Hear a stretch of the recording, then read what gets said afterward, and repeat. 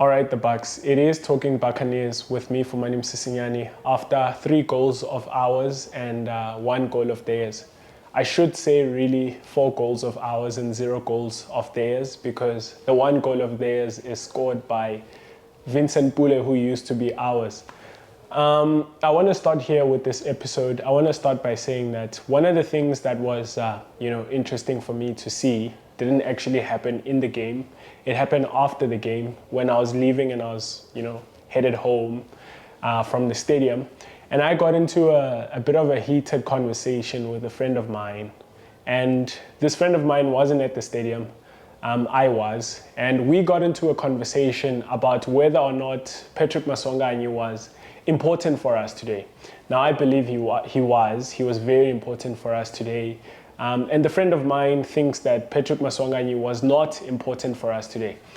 So it is important that I start here because it's something that I'm sort of seeing as, I'm watching the mighty Orlando Pirates and I'm watching more games. Some I'm watching from the stadium and some I'm not. And what is it? It's the fact that, something you are maybe guilty of not appreciating when you watch Patrick Maswang from the stadium, and maybe when you watch Patrick Maswang from the television, and maybe you see him doing this or that, which you might deem as not important, as you might think is a bit of showboating, which is yielding no results for us. That's something you might be very guilty of when you watch Patrick Maswang from the television. But what you will not appreciate is that actually the importance of Patrick Maswang doing that, and I'm starting to think it's even planned by all of Orlando Pirates to say, we're going to give you that license, we're going to give you that responsibility actually to do that stuff that you do, to start dribbling, to start, not dribbling, but to start showboating and showing off your skills and doing your trademark moves and all of that stuff. And I think the importance of that, which I saw today, was, when the game started out, the game didn't start out, very great for Orlando Pirates. We are under the cosh for the first 10 minutes. And I was at, the stadium alongside, I was sitting with Smang. You guys might know him from the Monday Weekly podcast. And if you don't know him, then I'm letting you know that every Monday we've got a podcast where we review and we sort of look forward to the upcoming week. But yeah, I was with Smang, and something we sort of just were discussing as we're watching the game, that first 10 minutes into the first 15 minutes, is how unexpectedly Gavin Hunt's team was actually pressing Orlando Pirates high in the first 10 to 15 minutes. And I think part of the reason for that is, very critical phase, it is called, the first 5 minutes, first 10 minutes of the game is called a critical phase, because if you can sort of unstable your opposition at that time, you change the trajectory of the game. You maybe catch them unawares, you maybe catch your opposition with a lack of concentration because the game is still sort of building up. And Gavin Hunt's side, they come out of the blocks, first 10 minutes, pressing Orlando Pirates high, something I think Orlando Pirates wouldn't have expected. I think Orlando Pirates was expecting a mid-block from Supersport United, where Supersport United will only engage Orlando Pirates and try to stop them when Orlando Pirates enter that middle third of the pitch, right? But we didn't expect that they were going to actually come all the way and press our back four. And it did cause a bit of an unsettlement for Orlando Pirates. We didn't start great. A few loose balls, a few nervy moments, I think they were pressing Olisanda onto his weaker foot, forcing him to try and play long balls with his left foot. Bit of uncertainty there, a bit of few things that were, scary moments, nervy moments for the Orlando Pirates fans thinking, hey, we've been giving away the ball and they're getting these turnovers where they then start to attack us from us trying to build out from the back. And I think that goes on until like around 15 minutes, 20 minutes, until the point which, here's the relevance of why I brought up the Patrick Maswang thing, until Patrick Maswang actually, starts to stand on the ball and he does his stuff. And I think that injects a lot of confidence into not just the Orlando Pirates team on the pitch, but it actually injects, confidence around the stadium. And as a result, it's sort of like, again, I always say it's like a domino effect where the energy of the team affects the energy of the fans, and the energy of the fans then affects the energy of the team again. So it's like sort of this thing where it's interdependent, where the fans expect to see something like Maswang do that sort of thing, and then the fans start to erupt. And I spoke about how we should expect a festival atmosphere. Orlando Pirates, by the way, if you will have seen from television, packed for an MTN 8 game against Supersport United. Not many people expected that, but it was a sight to behold, just how full Orlando Stadium was. But not only was it full, it was also loud. And what an atmosphere we got to be part of, at the stadium today. And I think it started to rub off, but it's sort of like an energy transfer thing where Maswang gives the fans the energy, and the fans in return, they give the energy to the entire team. And I thought from there, Orlando Pirates started to play. Now, it is important to note by saying, Orlando Pirates started to play, this is not me trying to claim that we had a great game. By the way, I think, which is another point that I want to mention to you, is that I leave the stadium actually after the game feeling like Orlando Pirates has just played a great game. But on reflection, what I think is going on is we didn't play a great game at all. Don't get it wrong. Don't get it twisted.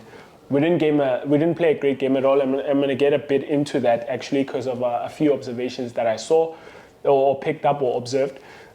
We didn't play a great game at all, but I leave the stadium feeling like, wow, what a thing to have been part of tonight, witnessing Orlando Pirates. And I think what it comes down to is because the stadium was just, it was just something else. It was just festival. It was great to be there. The fans were loud. The fans were behind the team. Even when we'd gone 1-0 down, it's sort of like there was just an air of expectancy that we're going to come back, we're going to score. And I thought that was beautiful. And so you leave the stadium feeling like what someone will have maybe watched on television and analyzed and thought, we have problems at Orlando Pirates. For most of us who are at the stadium, we feel like, wow, we just saw our guys and they're great, And so I'm saying this to say that I by no means on reflection think that Orlando Pirates played great at all. I don't think we played great. In fact, part of my observations as we're playing and as I'm discussing, with Smanga, who was alongside me, and we were with another gentleman with us, and we're just talking as fans, and there's fans around us, and part of the observation that I observe about Orlando Pirates, and I'm eager to hear what you guys think. In fact, I'm eager to hear as well if you think Maswanga and you played a great game. Please do, leave it in the comment section what you made of Maswanganyi's game. I'm saying I don't think he had a great game, but he was very important for us. And you could only see what he did for like the rest of the stadium in that sense. And thereby affected the whole team as well in terms of giving them confidence. But also do say if you thought Orlando Pirates played great.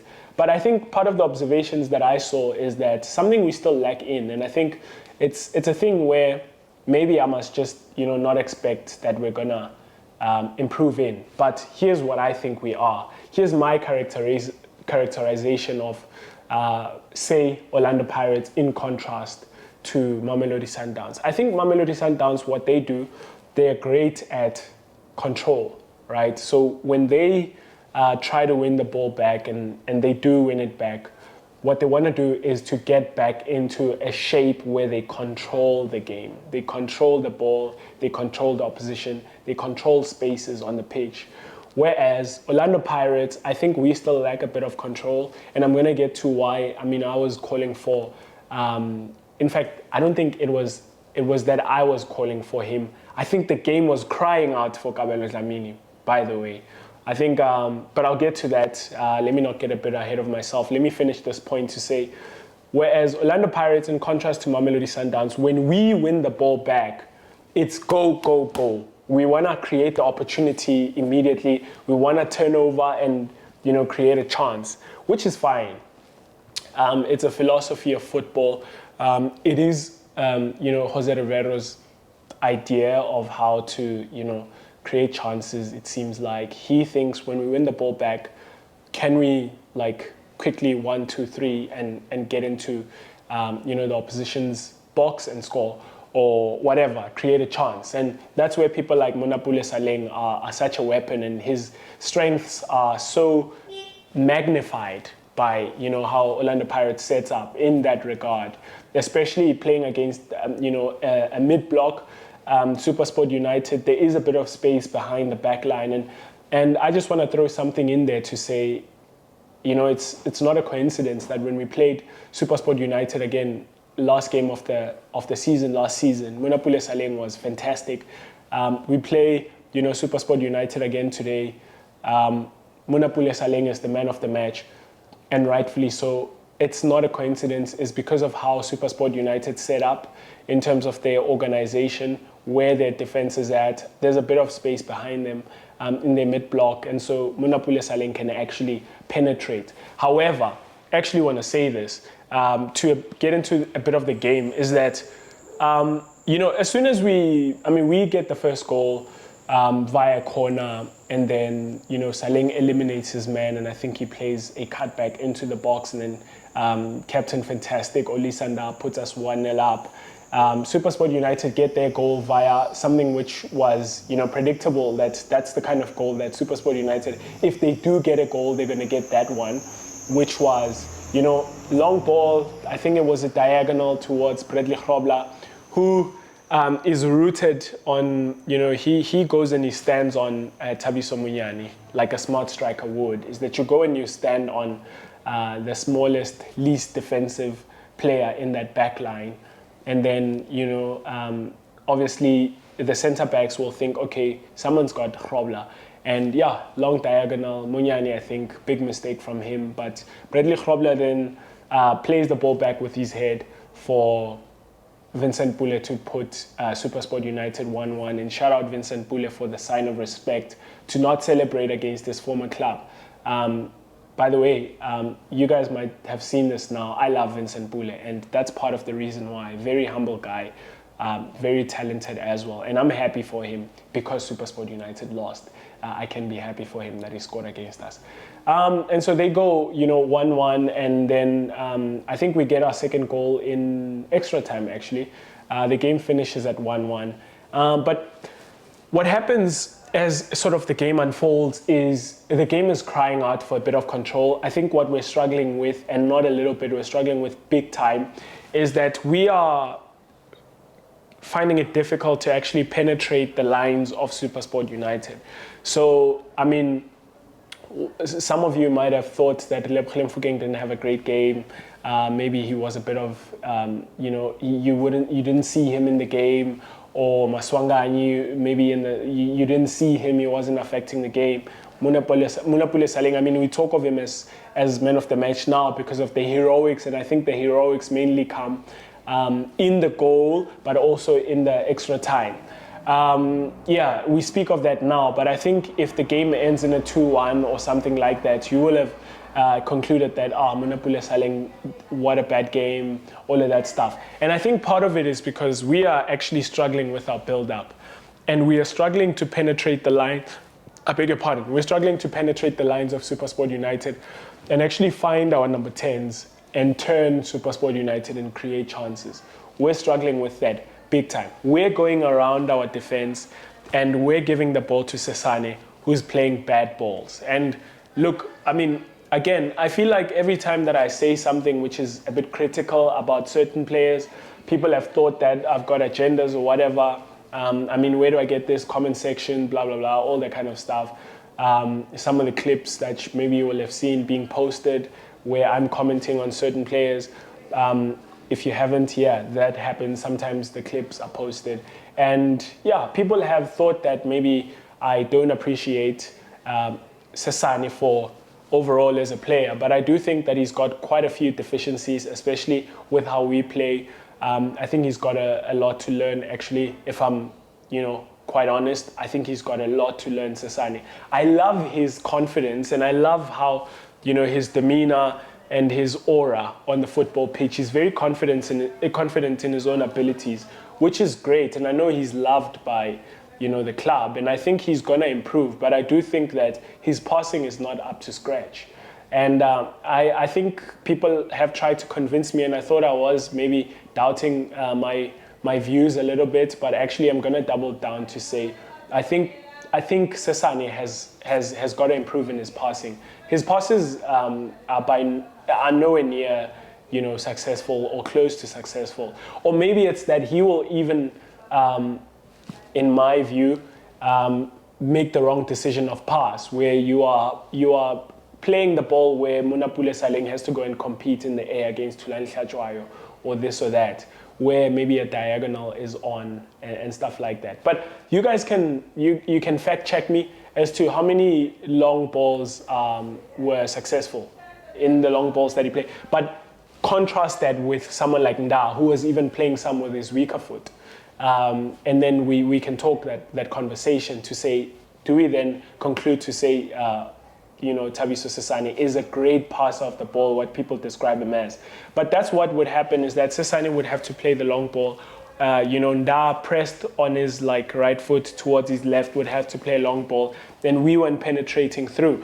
And I think part of that was Mbata was the first receiver, but obviously, people like Marhaman are onto him, and they're trying to stop that pass for Pirates to not penetrate through the lines of Supersport United. Mankehleni Makhala is playing higher up as an 8, and I think, the game is just crying out for Kabelo Dlamini to come and give us control in that game. And Kabelo Dlamini actually comes on in the second half, which I was very impressed with the coach for being bold in that sense, to bring on Kabelo Dlamini to give us control. And we don't go on to score in the second half of the game. We actually go on to score in the extra time. But I do think that what you saw a different kind of Orlando Pirates, which had control, which now you start to see Mufukeng, you start to see Maswanganyi, you start to see the people that are playing higher up, because the people that are playing in our build-up are now being able to progress the ball. We are now, positioning ourselves to play around Supersport United a bit more. And we can progress the ball. We go on to score, obviously, in the extra time, like I already said. I think someone who scores in the extra time is Munapule Saleng through, again, credit Orlando Pirates. If my club is scoring via set pieces and stuff like that, I'm happy. I know some people are ridiculous sometimes to say, we had to rely on a set piece. Yes, that's part of the game. And if Orlando Pirates are doing the due diligence on the training pitch to go and, create these routines, which then they put on the match day and they get an advantage over Gavin Hunt's side, which can be hard to beat if you don't use all your weapons, including, set piece routines and all of that stuff, then you might struggle to win against them. So I'm happy we get the advantage by scoring through a set piece like we did. Well done, Orlando Pirates. More of that. And then we obviously go on to score the third one, which again, Munapule Saleng is at the heart of, via, a through pass. I think the person who placed the through pass might be Karim Kimvidi. If it's not him, you guys can fact check me. It would have been Karim Kimvidi, Kabelo Dlamini, or Patrick Maswang. Someone who's very stylish played a good through pass for Munapule Saleng, who tried to go around the keeper. In fact, I thought he made the wrong decision. There's actually more space to his right, Saleng, than to his left to go around the keeper. But the Supersport United keeper then stops him, but the ball falls to, the man, Skomota, who then, places the ball in the back of the net. And maybe I want to actually say something about, Mahopa, is that, when he comes on, actually, he's very buzzing.